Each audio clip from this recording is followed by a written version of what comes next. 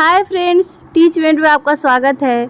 Geography के ब्रह्मांड एवं सौरमंडल चैप्टर के दूसरे लेक्चर में हम लोग उपस्थित है और इसमें पिछले लेक्चर के ही 30 प्रश्न को और आगे बढ़ाया गया है, यानी कि इस लेक्चर में हम लोग 30 प्रश्न को सॉल्व करेंगे।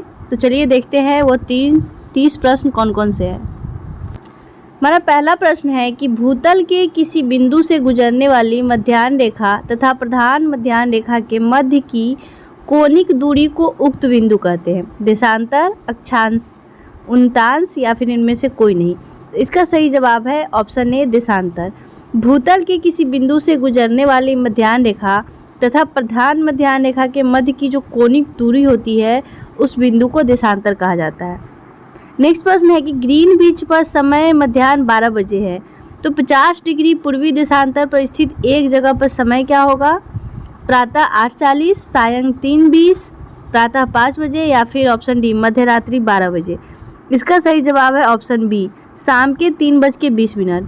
आप लोग को पता होगा कि 1 डिग्री देशांतर को पार करने में 4 मिनट का समय लगता है, तो 50 डिग्री पूर्वी देशांतर पर यह अंतर हो जाएगा। 50 में 4 से गुना कर देंगे यानी कि 200 मिनट, और 200 मिनट को जब हम लोग घंटा में बदलेंगे तो यह होगा 3 घंटा 20 मिनट। इसलिए हमारा सही जवाब हो जाएगा ऑप्शन बी।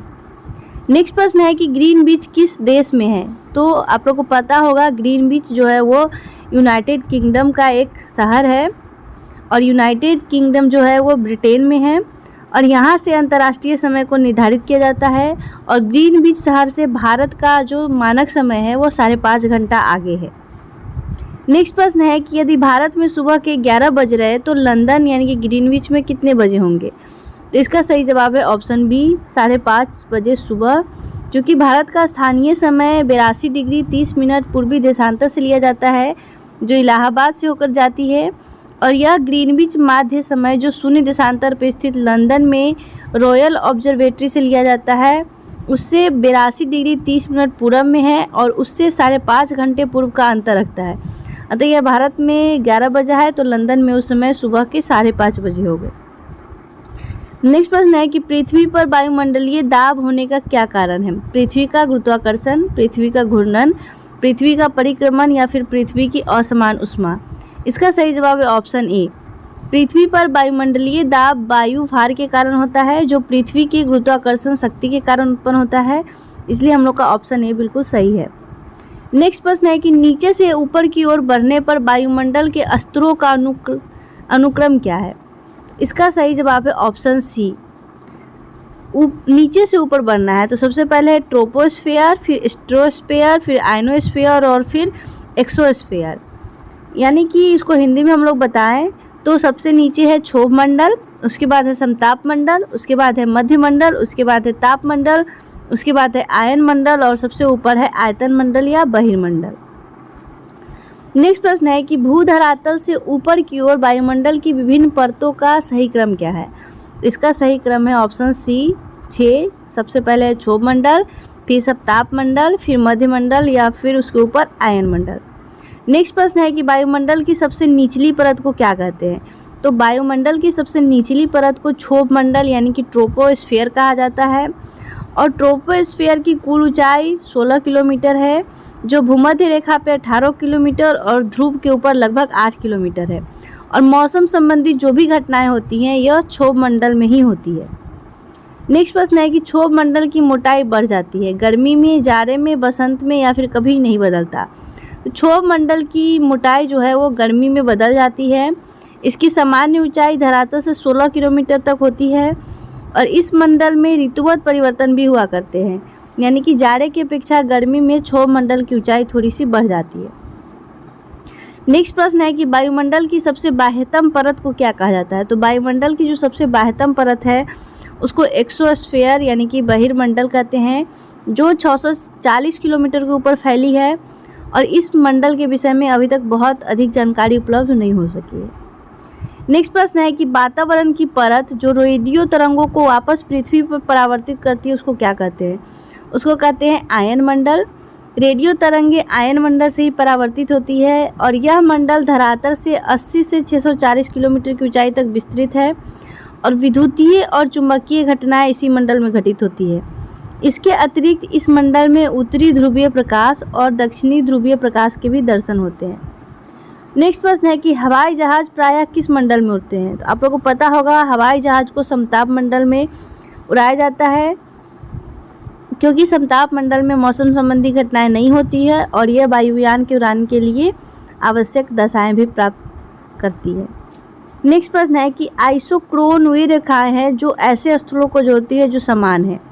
एक बिंदु से यात्रा काल, वर्षा, माध्य समुद्र स्तर से ऊंचाई या फिर कोहरा। इसका सही जवाब है ऑप्शन ए, एक बिंदु से यात्रा काल। आइसोक्रोन वे रेखाएं हैं जो ऐसे स्थलों को जोड़ती है जो एक बिंदु से यात्रा काल के समान है और ये रेखाएं समयांतर के समान रहने पर किसी संदर्भ बिंदु से दूरी प्रदर्शित करने वाली भी रेखाएं हैं। नेक्स्ट प्रश्न है कि यदि दो स्थानों के बीच समय में अंतर 2 घंटे 20 मिनट का है तो देशांतर में अंतर कितना होगा? तो देशांतर में अंतर 35 डिग्री का होगा, क्योंकि दो स्थानों के बीच यात्रा में प्रत्येक 15 डिग्री देशांतर पार करने में 1 घंटे का अंतर आता है। यानी कि दो स्थानों के मध्य अगर 2 घंटे 20 मिनट का अंतर है तो देशांतर में 35 डिग्री का अंतर होगा। मानचित्र पर बनाई गई वे रेखाएं जो समुद्र से बराबर ऊंचाई वाले स्थानों को मिलाती है क्या कहलाती है? इसको हम लोग कहते हैं कंटूर्स। कंटूर्स या समुच्च रेखाएं समुद्र तल से समान ऊंचाई वाले निकटवर्ती स्थानों को मिलाती है। नेक्स्ट प्रश्न है कि कंटूर रेखा का निम्नलिखित में से कौन सा एक उदाहरण है? इसका एक उदाहरण है स्थलाकृति मानचित्र। नेक्स्ट प्रश्न है कि टुंड्रा प्रकार की जलवायु का दूसरा नाम क्या है? आर्द्र न्यून तापीय, शुष्क मध्य तापीय, आर्द्र मध्य तापीय या फिर ध्रुवीय जलवायु। तो टुंड्रा प्रकार की जलवायु को हम लोग ध्रुवीय जलवायु के नाम से भी जानते हैं। नेक्स्ट प्रश्न है कि अंतर्राष्ट्रीय दिनांक रेखा कहाँ से होकर गुजरती है? यह गुजरती है 180 डिग्री ग्रीनविच से, जो कि यह प्रशांत महासागर में है। और अंतर्राष्ट्रीय मार्गों पर वायुयान या जलयान संचालित करने वाली कंपनियां अपनी यात्रा विवरण पुस्तिकाओं में अधिकांशतः ग्रीनविच समय का ही उल्लेख करती है। नेक्स्ट प्रश्न है कि सबसे छोटे मार्ग द्वारा यात्रा करने का आयोजन करने वाले व्यक्ति को अनुसरण करना चाहिए? हवाओं का, नदियों का, अक्षांशों का या देशांतरों का? इसका सही जवाब है ऑप्शन डी, देशांतरों का। यदि सबसे छोटे मार्ग द्वारा यात्रा करना हो तो देशांतर का प्रयोग करना चाहिए, क्योंकि सभी देशांतर रेखाएं बृहत वृत्त होती हैं और बृहत वृत्त पर स्थित किन्हीं भी दो स्थानों की दूरी सबसे कम होती है। नेक्स्ट प्रश्न है कि अंतर्राष्ट्रीय तिथि रेखा वह रेखा है जहां स्थानीय समय 1 घंटे के अंतराल में बढ़ जाता है, सभी अन्य मध्याह्नों से पूर्व की ओर तथा पश्चिम की ओर 180 डिग्री फैल जाती है। तिथि ठीक एक दिन परिवर्तित होती है जब इसे पार किया जाता है, या फिर ऑप्शन डी, बी और सी दोनों सही है। तो इसका सही जवाब है ऑप्शन डी, बी और सी दोनों सही है। 180 डिग्री देशांतर रेखा को अंतर्राष्ट्रीय तिथि रेखा कहा जाता है और इस रेखा को पश्चिम से पूरब की ओर पार करने में 1 दिन का समय बढ़ जाता है और पूरब से पश्चिम की ओर पार करने में 1 दिन का समय घट जाता है। नेक्स्ट प्रश्न है कि निम्नलिखित में से कौन सी ऊंचाई भू स्थिर उपग्रहों की है? इसका सही जवाब है ऑप्शन सी, 36,000 किलोमीटर। पृथ्वी की सतह से तुल्यकारी उपग्रह की ऊंचाई कितनी होती है? तो जियो स्टेशनरी ऑर्बिट भूमध्य रेखा के ऊपर एक उपग्रहीय कक्षा है जो 36,000 किलोमीटर की ऊंचाई पर स्थित है और इस कक्षा में भूस्थिर उपग्रहों को स्थापित किया जाता है और भूस्थिर उपग्रहों का उपयोग टीवी के सिग्नल भेजने के लिए किया जाता है। भूस्थिर उपग्रह का आवर्तकाल पृथ्वी के आवर्तकाल के बराबर होता है, इसलिए यह एक स्थान पर स्थिर प्रतीत होते हैं और भारत में संचार के लिए भूस्थिर उपग्रहों का प्रक्षेपण किया गया है। नेक्स्ट प्रश्न है कि सूर्य में नाभिकीय ईंधन क्या है? तो सूर्य में नाभिकीय ईंधन है हाइड्रोजन, जो कि सूर्य की ऊर्जा का स्रोत नाभिकीय संलयन है। इसमें हाइड्रोजन के 2 नाभिक मिलकर नाभिकीय संलयन की क्रिया द्वारा हीलियम नाभिक का निर्माण करते हैं और इस क्रिया में अपार ऊर्जा का उत्सर्जन होता है। सूर्य में 74.4% हाइड्रोजन और 23.8% हीलियम उपस्थित है, अतः हाइड्रोजन सूर्य का नाभिकीय ईंधन है। नेक्स्ट प्रश्न है कि ब्रह्मांड में विस्फोटी तारा क्या कहलाता है? तो ब्रह्मांड में विस्फोटी तारा को हम लोग अभिनव तारा के नाम से जानते हैं, option C, option E. Next प्रश्न है कि भूपृष्ठ से परावर्तित अवरक्त विकिरण के अवशोषण द्वारा भूवायुमंडल के तापमान में वृद्धि की प्रक्रिया को क्या कहते हैं? इसको कहते हैं ग्रीन हाउस प्रभाव। Option C. भूमंडल में अवशोषण की क्रिया मुख्य रूप से जलवाष्प तथा गौण रूप में ऑक्सीजन एवं ओजोन गैसों द्वारा संपादित होती है। अवशोषण भी वर्णनात्मक होता है, अर्थात सभी विकिरण तरंगों का अवशोषण न होकर केवल दीर्घ तरंगों का ही अवशोषण हो पाता है। और सूर्य से विकिरित समस्त सौर तापमान का लगभग 35% भाग परावर्तन द्वारा आकाश में वापस लौट जाता है और इसका उपयोग न ही वायुमंडल को गर्म करने में हो पाता है और न ही पृथ्वी को। और सौर तापन का केवल 51% भाग ही पृथ्वी को प्राप्त हो पाता है, जिससे वायुमंडल का निचला भाग गर्म होता है। यानी कि वास्तव में भू वायुमंडल का तापन सूर्य से लघु तरंग सौरीय विकिरण की प्राप्ति और पृथ्वी द्वारा दीर्घ तरंग यानी कि धरातलीय विकिरण से होने वाले परावर्तन के अंतर पर निर्भर करता है। और वायुमंडल में होने वाली यह संपूर्ण प्रक्रिया को ग्रीन हाउस प्रभाव की तरह व्यवहार करती है। नेक्स्ट प्रश्न है कि सूर्य को मंदाकिनी केंद्र यानी कि गैलेक्टिक सेंटर का एक कक्षा में चक्कर लगाने में लिया गया समय क्या कहलाता है? यह कहलाता है ब्रह्मांड वर्ष।